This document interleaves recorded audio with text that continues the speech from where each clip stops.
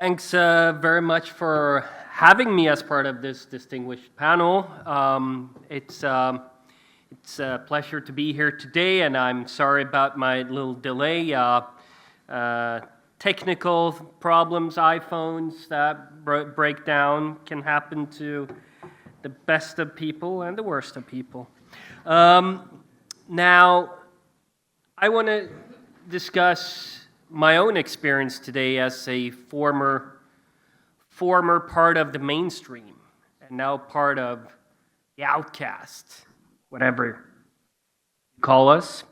Now, I entered politics back in 1997, and in Sweden, at the turn of millennium, I was an abandoned voter because conservatism in Sweden was all but dead. The rise of the Sweden Democrats proves that conservatives actually cannot be dismissed. To understand exactly why, we need to go back in time. In the late 1960s, conservatism lost out to radicalism of the right and left in Sweden and much of Europe. By the way, I'm watching again Civilization, BBC's famous series from the late 60s now, and even back then that was a sort of exotic thing on the BBC. The tide had already started to turn. That was sort of the last breath of the old perspective on our Judeo-Christian civilization. Now, during the following decades after 1968, the media, the universities, they expanded dramatically and they were filled with young radicals. The radicals, so to speak, built the commanding heights of the modern society we have today.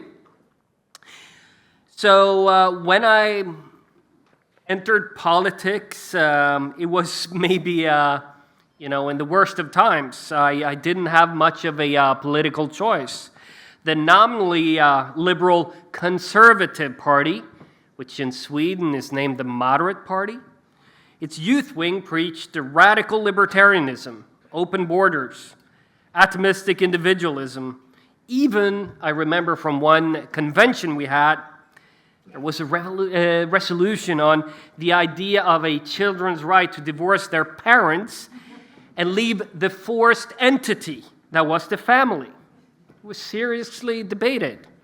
And I remember a friend who commented the young moderates with the fact that they've only read half the books.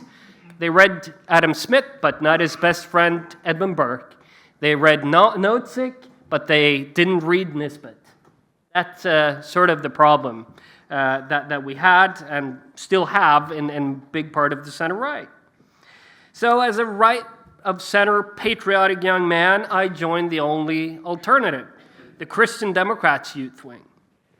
I was welcomed at first. The party was growing. Here came me and others from the young moderates. Great. But conflict was coming when we found out that they too had been led astray. Pacifist defense policies, green energy, multiculturalism, and the rejection of tough-on-crime policies. The adult parties weren't much better. In 2006, then Prime Minister Fredrik Reinfeldt formed a coalition government of liberal and center-right parties known collectively as the Alliance. The government's policies reflected an end-of-history mentality. I don't know if they've read Fukushima, but, that was the mentality. Swedish culture was not something to be celebrated or even preserved. And I'm not the only pupil that can tell you about canceled National Day celebrations in Sweden at the time because of a fear that it might offend someone who's a so-called new Swede. Prime Minister Reinfeldt said at the time, and I quote, "Barbarism is the only thing originally Swedish. The rest of the development has come from outside," unquote. When the Sweden Democrats entered Parliament for the first time in 2010, Reinfeldt's solution was to turn to the Greens for a migration deal. Not to listen to the people, turn to the Greens, paving the way for the disaster in 2015.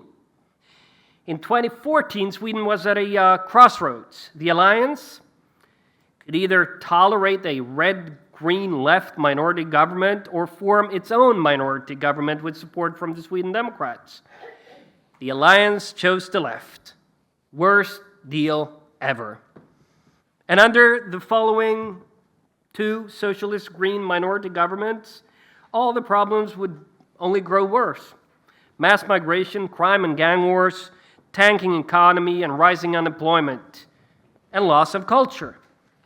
At the time, I was chief of staff for the Christian Democrats here in the European Parliament, and I wanted to scream, "What the hell are we doing to our country?" I held my tongue until I couldn't. The roots to these problems, as I mentioned, are to be found in the 1960s. There was no intellectual space for conservatives in the commanding heights. Our books and our way of thinking fell out of use, out of fashion. And with this, the understanding of our way of thinking. Conservatism has another logic and rationality. It is context dependent. It is almost as complex as reality itself. Conservatives respect and rely on knowledge and ways of acting that are based on tradition, even when the reasons for the traditions might have been forgotten. But relying on ways of acting is rational, even if you don't know why. It is logical to do what works instead of experimenting and assuming you have all the answers. That your logic is superior to the logic of your forebears, well, that's going to lead you astray. So, when the Sweden Democrats finally understood that they actually were conservatives, they started to grow even more, and grow, and grow.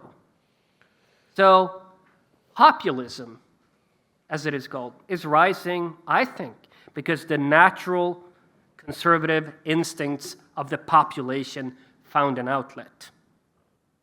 And we, conservatives, finally found a home. Thank you.